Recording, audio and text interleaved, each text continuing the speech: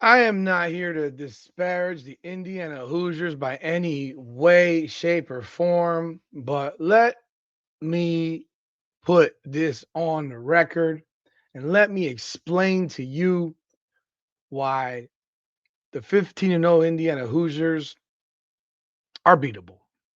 Let me explain to you why that 15-0 isn't what you really think it is. Let me explain to you why that Oregon win that they had in the whatever bowl it was, the Chick-fil-A Peach Bowl, why that was an anomaly and why that wasn't real and why that has no bearing on what's going to happen on January 19th. Let me explain to you why the 38-3 win against Alabama really doesn't matter. Let's start off right here. But before we do, welcome back everyone to another edition of Hurricanes Unfiltered, powered by Come On Now, the podcast. I am your host, Rudy Rodriguez Showman. Hit the like button, subscribe to the channel, ring the bell, leave your comments. Let me know your thoughts on the content. And of course, give a shout out to our sponsor of the show, Natalie Lopez, attorney at law. When life hits hard, the law firm of Natalie Lopez hits back harder. She practices in criminal defense and family law. You can reach her at 954-888-8833. That's 954-888-8833. And also at nat.guilty on Instagram. That's nat.guilty on Instagram. She practices in the state of Florida, based out of Fort Lauderdale. She will fight for you. Give her a call today. Appreciate you, Natalie, and your continued support of our show. Let's jump in on the topic at hand. So Indiana is coming down to play the Miami Hurricanes, right? We all know this by now. And they're coming off of a 56-22 bludgeoning of Oregon. Now, what if I told you that in this game, what if I told you in this game, Fernando Mendoza threw for 177 yards? In a vacuum, what would you think? You would think, okay, big deal. He was 17 of 20 for 177. And people are getting all kinds of overly excited about it. He threw for 5 touchdowns. Kudos to him. What if I told you that that was um, that he threw for 5 touchdowns in two other games, one versus Indiana State and one versus Illinois? And he's a very, very, very accurate passer. You would think, right? What if I told you he was 13 of 23 against Iowa? What would you think then? What if I told you he was 19 of 30 against Penn State? What would you think then? How about 8 of 15 against Purdue? What would you think then? They like to focus on how amazing. How about this one? 18 to 31 against Old Dominion. What would you think then? They love to focus on how amazing Mendoza has been in certain situations, and they forget to talk about the things that he has not done well. They forget to talk about the games that he has not played well in. And they are also always so quick to remind people that Carson Beck can throw 4 picks in a football game. Like, this is what national media and narratives have created over this entire season. They have created this narrative that Fernando Mendoza is the greatest quarterback on earth. He won the Heisman. And let's be real, if he was playing last year, or if any one of those quarterbacks or players that finished in the top 6 last year or in this year's Heisman race, they would have won the Heisman over Fernando Mendoza. And again, I'm not disparaging Fernando Mendoza. I'm just giving you facts. Giving you the facts of what's real. Fernando Mendoza is first in QBR in the country, 90.2. He's first in touchdowns, 41 touchdowns. He's had 8 in the playoffs. He's got 6 interceptions. Completes at a 73% clip. Has thrown for 3,349 yards. Has a 188 quarterback rating. What if I told you that Carson Beck has a 180, has a one, or was it, where is it? Carson, let me pull it up. Sorry, my bad.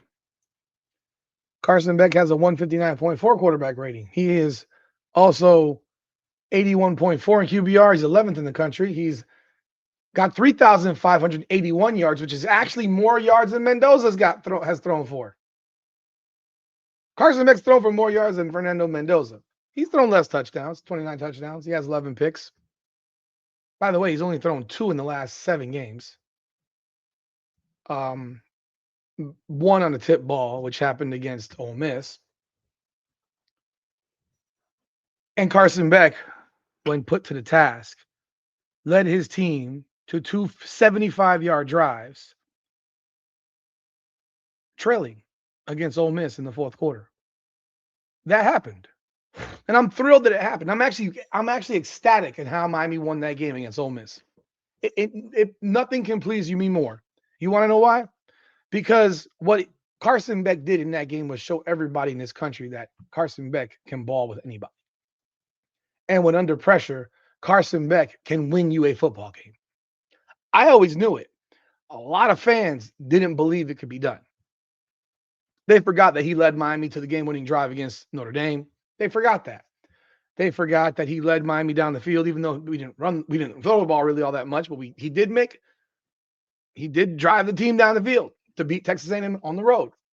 They seem to forget that he led Miami down the field to close out Ohio State in the Cotton Bowl and had a couple of very important throws in that final drive. All these things forgotten. But against Ole Miss, you cannot forget that this man led Miami on a 15-play, 75-yard drive in the final 3 minutes to beat Ole Miss 31-27 in the Fiesta Bowl, a bowl game that the Miami Hurricanes had never won before.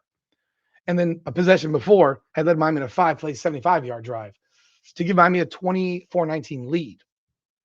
Again, he did this in the fourth quarter of that game. And if maybe we had a more evenly called game by Shannon Dawson, maybe that wouldn't have been needed. Or maybe Miami would have been blowing Ole Miss out.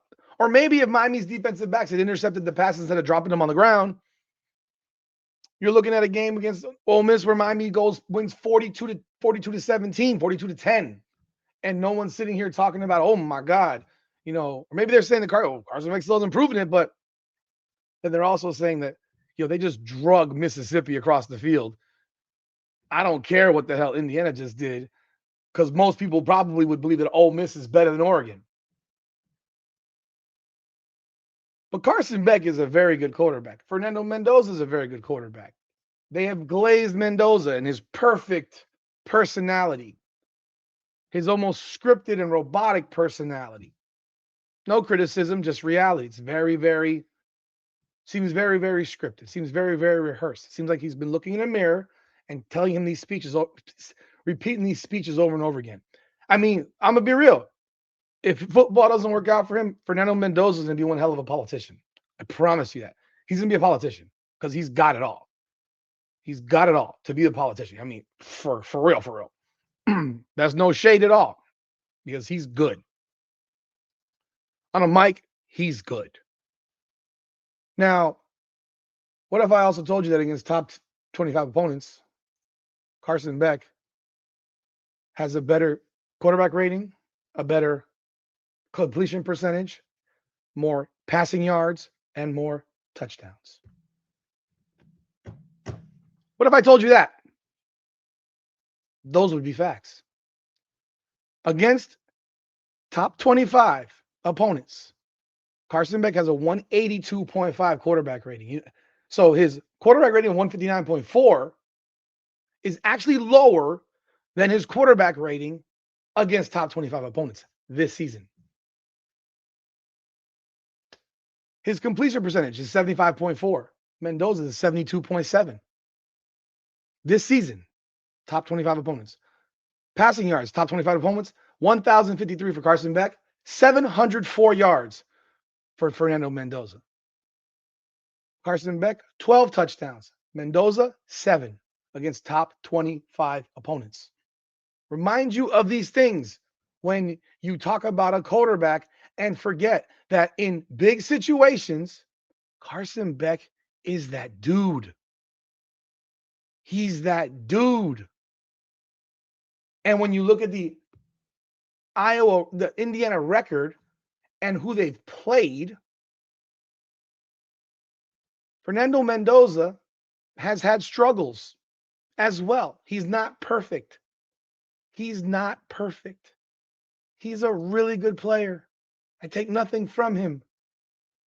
But against Old Dominion, he was 18 to 31 for 193, 58.1% completion. They beat Old Dominion 27-14. Old Dominion, season opener. Old Dominion. It's incredible. Old Dominion. They had 500 plus yards and only 27 points. God, sounds like us against Ole Miss. Interesting. Interesting. You want to go a little further than that? We can go look at how it turned out. That they were trailing 7-0 to Old Dominion. That they didn't even tie the game until the end of the first quarter on a punt return for touchdown. That they didn't have the lead until there was 10 minutes to go in the second quarter against Old Dominion. People are quick to harp on Miami versus Syracuse and Miami versus Stanford. This team gave up 14 points to Old Dominion. All right. Now, and trailed. Penn State. They caught Penn State when Penn State was absolutely awful. We all know it.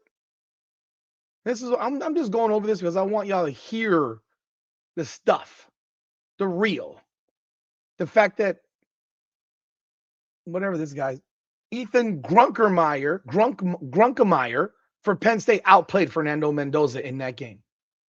He outplayed him. Penn State largely outplayed Indiana in that game. They just gave the game away.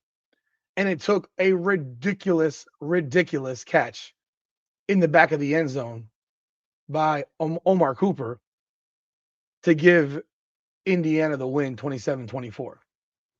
Because there was a point in that game where Indiana led 20-7, and Penn State proceeded to make it 24-20 and outscored them 17-0 over the next 15 minutes of the game and led 24-20. These things happened. But people will tell you how amazing Mendoza is, despite the fact that was a 3-5 Penn State team.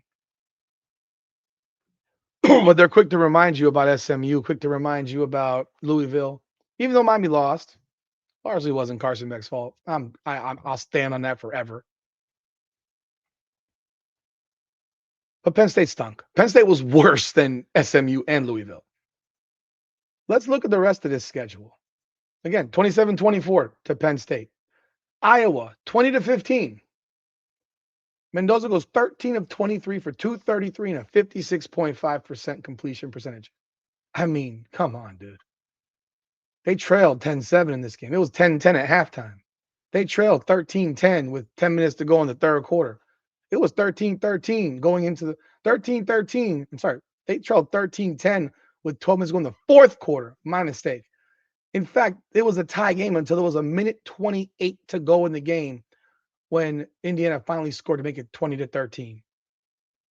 Iowa. Iowa ain't that good, bro. I mean, I know they finished, I think 9-4. Yeah, they finished 9-4. They lost to Oregon. They lost to USC. They lost to Iowa State. They lost to Indiana. And the rest of the teams on their schedule they beat because they all stunk. The rest of their schedule is complete and utter garbage. They did beat Vanderbilt in the bowl game, so credit to them. But Iowa, man, come on. They're not perfect. They have a lot of these blowouts. They have these 56-6 UCLA games. They got the 63-10 Illinois. That was probably the most impressive game they played all year. That 63-10 annihilation of Illinois was probably their most impressive game because that was an undefeated Illinois team at the time, 3-0. They did end up finishing 9-4. They did lose to Ohio State. They did lose to Washington. They did lose to Wisconsin, who's awful this year. But that was probably their best win outside of the Ohio State and Oregon games. He's had struggling games, man. What did he do against Ohio State? He threw for 222, 15-23. They won 13-10, people. He threw a pick in that game that cost them a touchdown. That happened. It absolutely happened. So when you're looking at the Iowa schedule, looking at Mendoza's stats, they're not all that impressive. Winning the Heisman, his numbers were not impressive. He's got a 193 game, a 168 game, a 117 game. He threw for 192 versus Alabama. Of course, they're going all crazy because they won 38-3. Yeah, he was 14 and 16. Congratulations. Fabulous. Wonderful.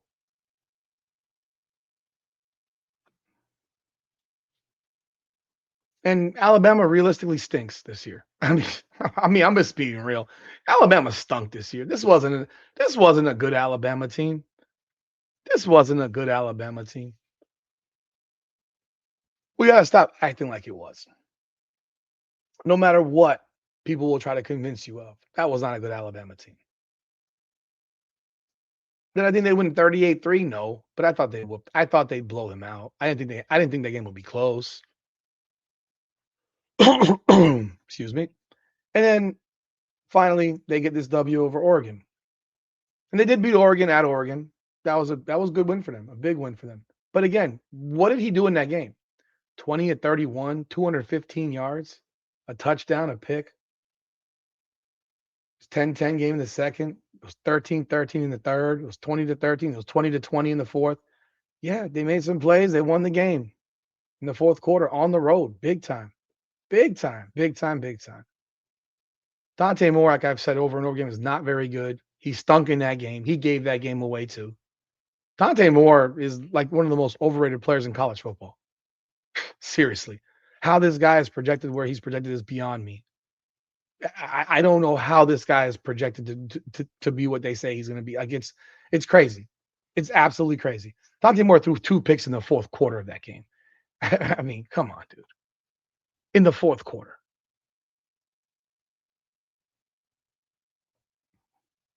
So, and by the way, Mendoza threw a pick 6 in the fourth quarter of that game too to make it 20-20.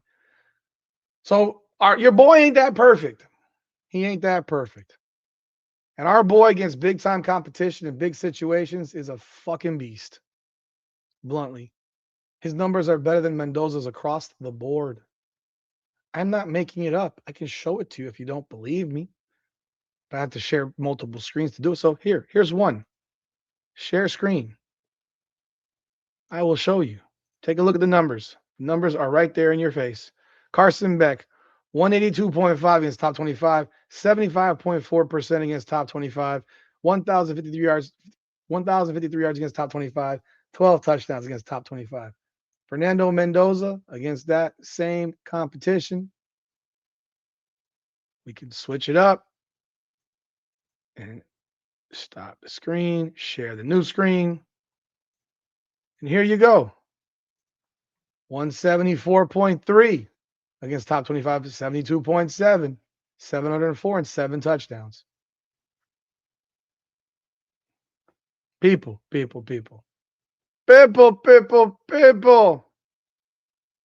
Carson Beck in big situations is that dude, bro.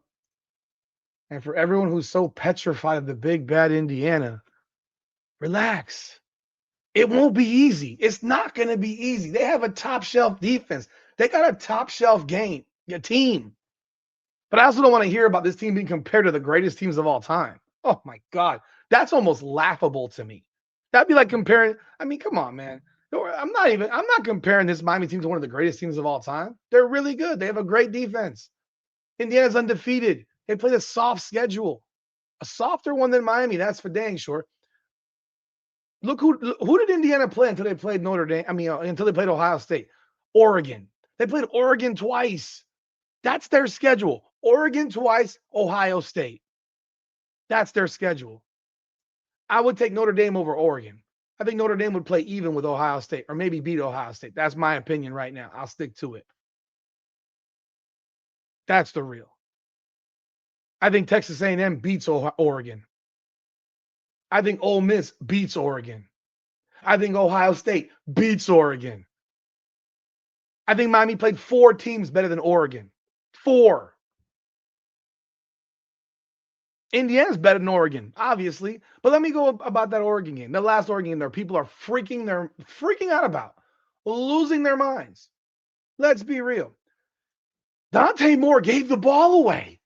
He literally gave them the game on a plate. The game was an anomaly. They could play that game 100 times. It would never look like that again. It would never look like that again. 56-22. You know how many things have to go your way to beat somebody 56-22 when you're both top 10 ranked teams? Hell, top 5 ranked teams? You need everything to go your way for that to happen. No one envisioned something like that. Indiana fans didn't envision that. Dante Moore, first play of the game. You're looking at the cornerback on the left-hand side, and you make that throw? You're stupid. That's a terrible read. You should have seen the way he was lined up. That you should never have thrown that direction. And then you threw it poorly to the inside, and he's already made a beeline and made an easy pick. That was pitch and catch for that dude. It was easy work. Dante Moore has the ball and get knocked off his running back and fumbles the ball. That's sloppy football. They had another fumble again, another possession later. They get a punt block. They gave up 4 touchdowns. That, folks, if you would never believe the amount of yards it took for these 4 touchdowns. 0, D'Angelo Pons on a pick 6. The next touchdown drive, 3 yards. The next one after that, 19 yards. So 22 yards for 3 touchdowns on offense. And then the final one, 4 yards. So 26 yards got Indiana 4 touchdowns in a 56-22 game. Take away the 4 touchdowns, it's 28-22. If Oregon plays clean, this game is not an absolute wipeout. It's not a wipeout. Indiana probably still wins. I thought Indiana would win the game because I don't think Oregon's that good. But that was sloppy football. And when you get real sloppy, offensively, your defense starts to get eaten up, and that's what happened to Oregon as well. Emotionally, they were freaking done at halftime. They were done at halftime. Yeah, they had a few good drives. They had a 65-yard drive, they had a 75-yard drive, a 61-yard drive, and a 75-yard drive. But you got 4 touchdowns off of 26 yards. And what if I told you Oregon had more yards than Indiana? Oregon had more first downs than Indiana. Oregon completed 8 of 13, converted 8 of 13 on third down. Time of possession was fairly equal. Dante Moore threw for 108 yards more than Fernando Mendoza. Their running back, Dier Hill, ran for 86 yards, while Kalam Black ran for 63. Like, these are facts of what happened. I mean, realistically, this was on paper, statistically. You wouldn't have known that this was a 56-22 game until you look at actually what happened. You wouldn't know. And yeah, Indiana kicked their ass. No 2 ways about it. They kicked their ass. But that wasn't a game that you'd actually watch on film and say, oh boy, we got to watch out for this. If Miami gives the ball away 4 times the way Oregon did, Miami will get dragged up and down the field the same way Oregon did. But I'm going to be pretty sure that Miami's not going to turn the ball over like that and not going to get a punt blocked and give up 4 touchdowns in 26 yards. Fairly certain that won't happen. So before people go crazy, jump the spread from 5.5 to 7.5 overnight because of this game, go look back at all the games that Fernando Mendoza and Indiana had struggles in. They existed. They exist. They're there. They are there. And this is not to take away from the team that they are. They're a good team, a really good team. But let's also remember, Miami's offensive line is massive.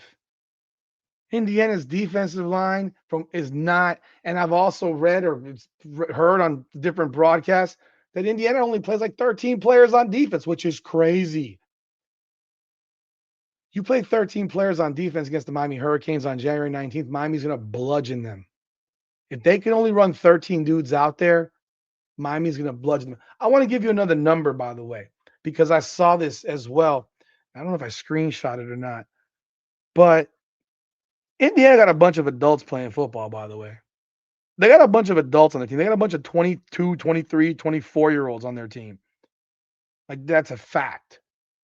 They got a bunch of old dudes on their team. Like, before anyone tells me about how old Carson Beck is, 23 years old, bro, they got like 4 sixth-year players on Indiana. Like 4 of them. Let me see if I find it here, if I still have it. Yeah, Indiana's old. Listen here. I want to put. I want to. I want to play something for y'all. they're old. That's really what it is. They're old. You got a bunch of 22, 20, you got 23 and 24-year-olds on this football team.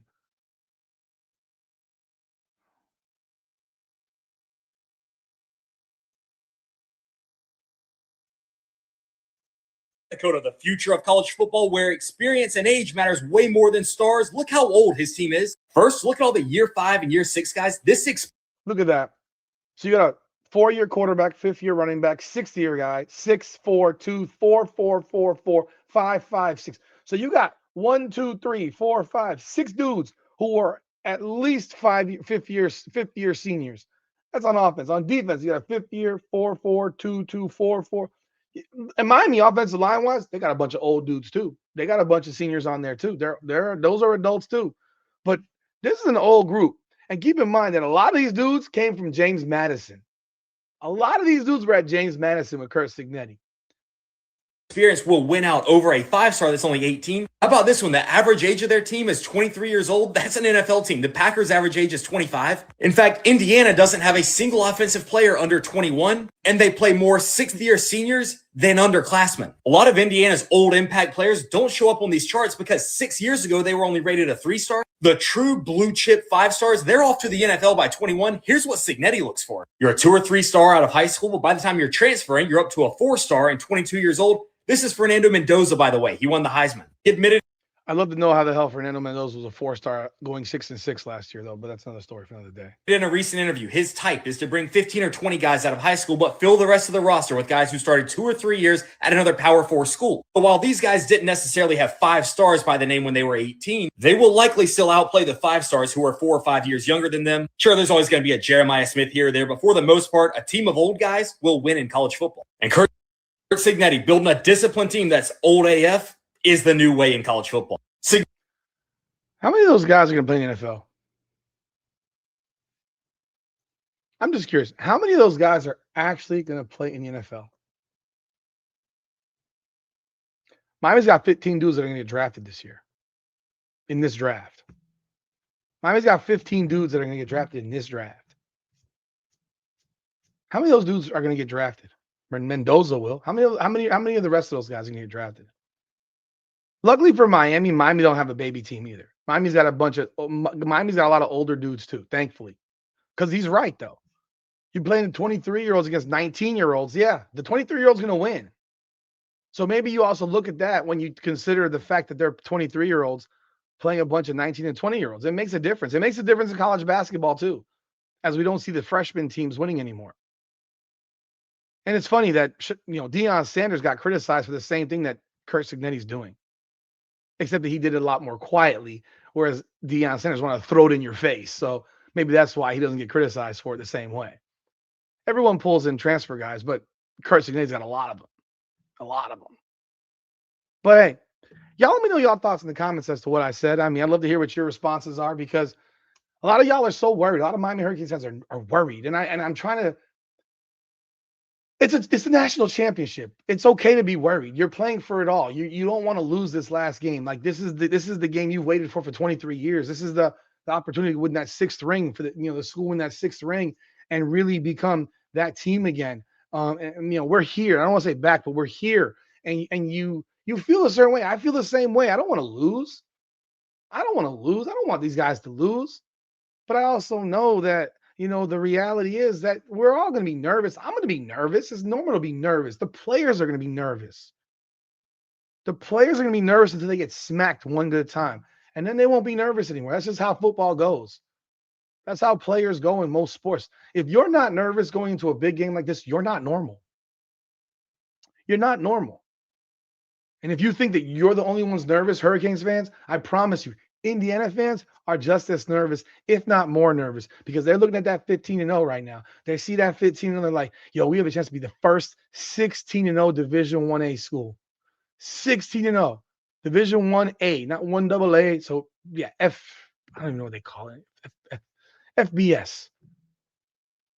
They have the chance to be that first 16-0 squad. And they have a chance to do it on Miami's home field against the Miami Hurricanes. I mean, if they were to do that, all I could do as a man is salute those dudes and say, congratulations, man, the better team won. That's all I could do. That's all I could do. But those fans are nervous. They're going to spend a truckload of money to come down here to watch this game and be sitting on their hands praying to God that Miami doesn't jump out early on their team. Because if Miami jumps out early on Indiana in Miami, oh, oy vey, it could turn into a blowout the other way. And that's not something that they expect. They don't expect that. Heck, I don't expect a blowout either way. I think it's going to be a great game. I think it's going to be a freaking slobber knocker of a fight. Stylistically, it's about styles, who imposes their will. But these two teams, the way they play, Indiana doesn't play breakneck football. They're not playing Ole Miss style football. Fernando Mendoza isn't Trinidad Chambliss. He doesn't run. He runs occasionally. And you remember this very clearly. The Miami Hurricanes have seen Fernando Mendoza before. They know who he is. They know his tendencies. They know what he likes to do. We played him last year. They know he's a good player. They know it. And they also know that they just got to light his ass up early and often and make him feel that pain. People can talk about ball placement all day. That's one thing I've been hearing. Fernando Mendoza places the ball perfectly all the time. Carson Beck is completed at a higher percentage than Fernando Mendoza. So what are you talking about? Carson Beck has completed a higher percentage against top 25 teams than Mendoza. He has a higher quarterback rating than Mendoza against top 25 teams. Guess what? Indiana is a top 25 team. And you know what Carson Beck seems to do against top 25 teams? Just win, baby. Just win. You know what Carson Beck is this year against top 25 teams?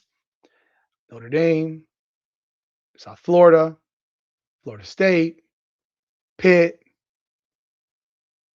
Texas A&M, Ohio State, Ole Miss. 7-0 against top 25 teams. Indiana hasn't played 7 top 25 teams. They ain't played 7 top 25 teams. Really? And one of them they played twice. So they played 1, 2, 3, 4, 5. Miami's played 7. And Miami beat Ohio State worse than Indiana beat Ohio State. And Texas A&M and Notre Dame. Heck, I might even go and say Pitt, dare I say. Ole Miss are all better than everybody else that freaking Indiana played outside of Ohio State. But y'all let me know y'all thoughts in the comments.